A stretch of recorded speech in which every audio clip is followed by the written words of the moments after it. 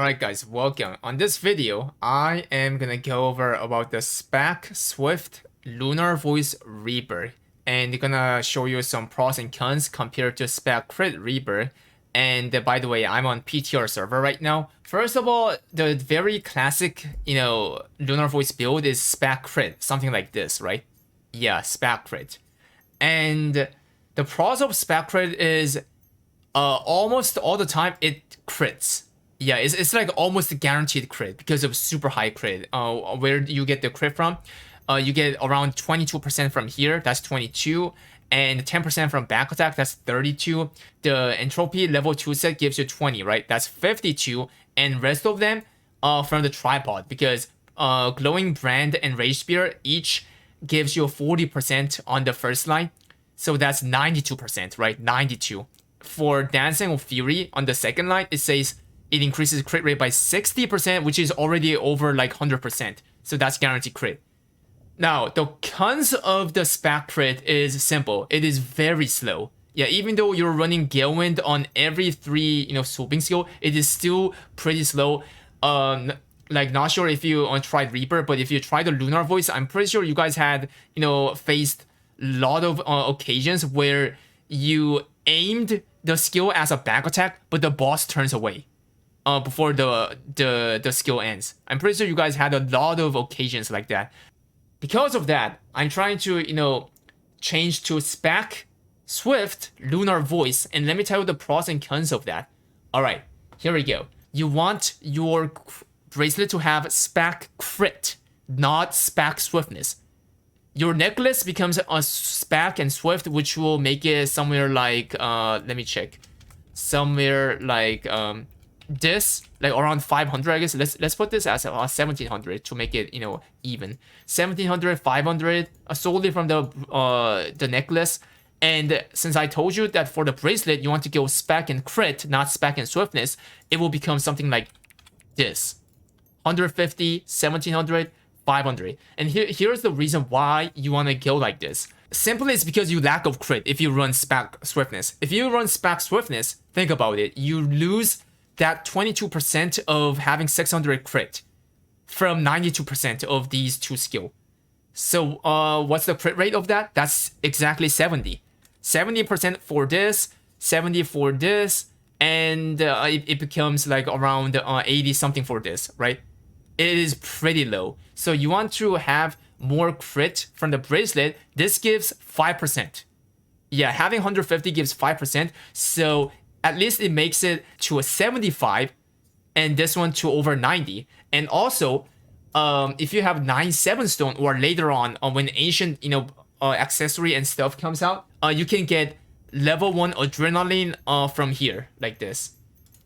And that's like another +5, which makes these two skills 80% crit rate, and this one's around 100, which is pretty fine to run. For those who stays as 5 times 3, who doesn't have 9-7, what I recommend you guys is you run level 3 adrenaline for Spec Swift. Over what? Of course, over Curse Saw.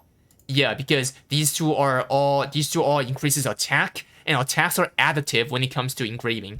Yeah, so low efficiency. You definitely want to get rid of the Curse Saw and run it like this. And for the Keen Blunt, some of you guys might say, yo, Memo, but isn't Keen Blunt inefficient because the Earth Entropy 2-set bonus already gives 60% crit damage if you back attack? Isn't it inefficient? You have a point. That's a good point, but if you actually try to calculate it by looking at the Keen Blunt weapon table, yeah, by the way, there is gonna be a Keen Blunt weapon, table in the description of this video. Yeah, check that out. Yeah. Check your crit rate and your crit damage of the Reaper. The only crit damage you get is from the entropy, the 60%. So it becomes 260, right? The other crit rate is you have to calculate it just as what I did previously. If you run adrenaline level 3, then it becomes 85, because I told you that it becomes 70 for these two skills. But since it adds +15, these two skills crit rate becomes 85. This one becomes over 100. And because it has very high crit rate, even though it has, some crit damage, Keen Blunt is showing good efficiency. So here's the reason why I'm trying to run Spec Swift and why I'm introducing it. Spec Swift compared to Spec Crit, your rotation becomes much more clean, much more easier to land the skills as a back attack.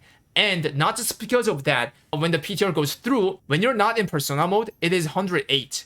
But when you go to Persona mode, then your attack speed increases by 10%, and you can also animation cancel if you watch the patch note. You understand this, right?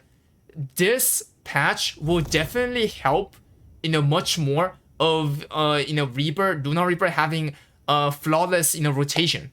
So this is how you want to run. And one more thing I want to go on is about the skill. You can see that there is some weird skill here. You normally use Shadow Trap, right? This skill instead of this, right? Well, I started to run this skill called Spirit Catch. It's a dagger skill, green skill. And here's the reason why. Okay, first let me explain about the Spirit Catch, what this, a skill is. Spirit Catch is, it's like this, watch. She just, dashes forward and, penetrates with her dagger like this. Pokes with her dagger. It has a very short cooldown if you see here, watch. It starts from 7 seconds. Well, the cooldown is 8 seconds, but because of, cooldown gem and also swiftness stat, it becomes to like 7 to 6 seconds. Spirit Catch, number 1, the tripod. This one is the armor break party synergy. Second one is it increases the distance of dashing forward. And this is one of the tripod that you want to, max out if you want to run Spirit Catch, by the way. This one doesn't matter because the third one is something to do with damage. And since green skill has nothing to do with any damage, you don't need to, max this out. Stay at level 1. Spirit Catch, as I told you, it just dashes forward, guys. Yeah, from here, even from like some far distance, it pokes and it gives already like same amount, like similar amount of the meter as Shadow Trap.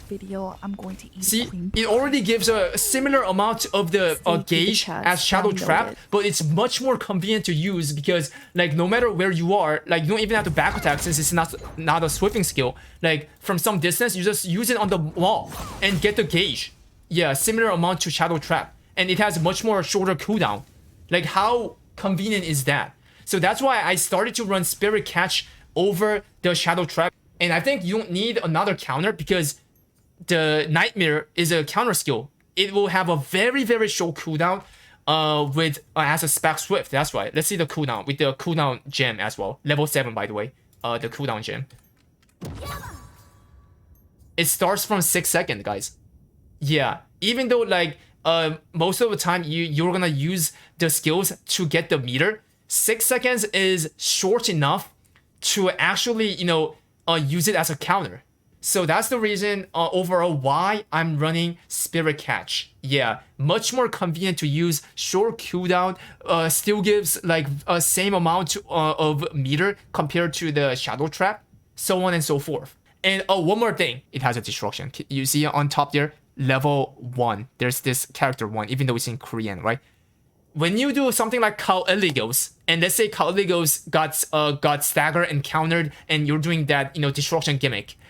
As a Reaper, after throwing the destruction bomb, you have to use the destruction skill, right? But the only destruction skill that Reaper has on the race spec is Glowing Brand or Dancing with Fury. But the problem of these two skills is that it's a DPS skill. You want to use it as a back, like with all the buff. But like using it on the head side of the Kaoligos to do the destruction is very smoge. Spirit Catch can solve that problem. You just use Spirit Catch after throwing the destruction bomb, and boom, like his head gets exploded. Lastly, I will wrap it up by showing the rotation.